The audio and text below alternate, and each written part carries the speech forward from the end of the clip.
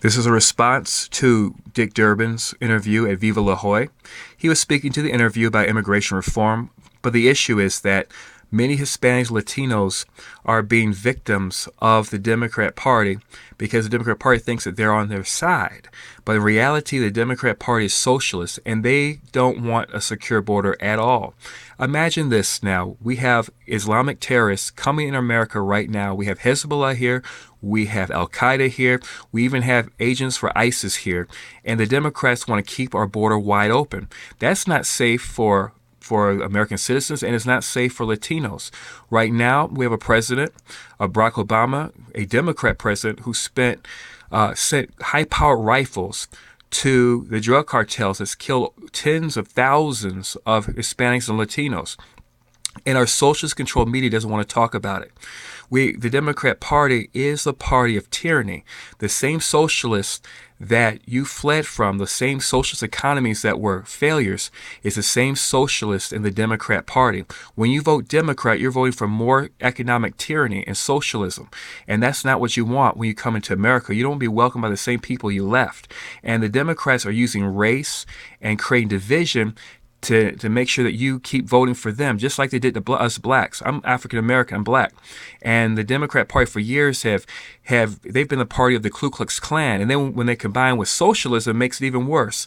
Well, you become indentured servants, and they'll use race and gender to divide America so that you'll never be a part of the solutions. You never see solutions. You never see the issues corrected. You only see people talking about race. Have you noticed on MSNBC? Race, race, race. These people hate black people. These people hate Latinos because they want to cater to you on your most basic terms, on your skin color.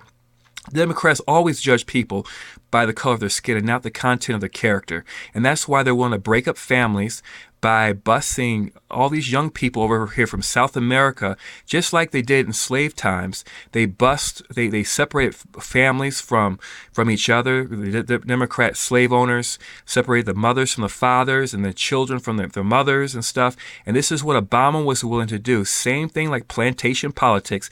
He got all these kids over through the help of the drug cartels, mind you. These kids who were kidnapped came over here from South America, and they, without their parents, where they were molested, raped, and abused.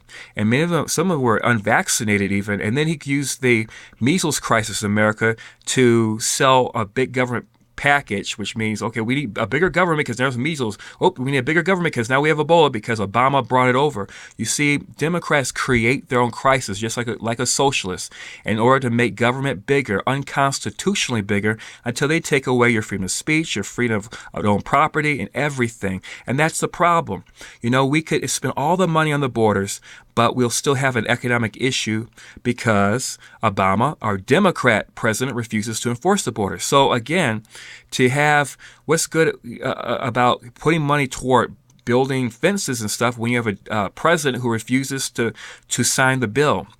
What good is it to support immigration reform when you have a president that refuses to send anybody to enforce the border? So now ISIS is coming here. Terrorists are coming here. They're cutting off people's heads in South America. Radical groups. You fled these places, and we welcome you in this country. Conservatives and Republicans welcome those who are persecuted in this country. But Democrats want to use it to enslave you. And so there is a way to come to this country legally, and it's already in place. And so Republicans are all for that, but Democrats are not. And so if you don't want a city like Detroit, I know in Viva La Jolla, the gentleman was asking about how can we prevent Chicago from being like Detroit? Well, Detroit has been run by Democrats for over 50 years, and you see the economic disaster their socialism produced. So if you don't want a city like Detroit, get a person with some economic experience, and not just something on paper, but somebody who understands how business works, how economies work, and not get these career politicians like Dick Durbin and these Democrats, these sleazy, wheezy, weasel Democrats who are just out to make a buck off of government and then entice you with free government money until the money runs out from taxpayers.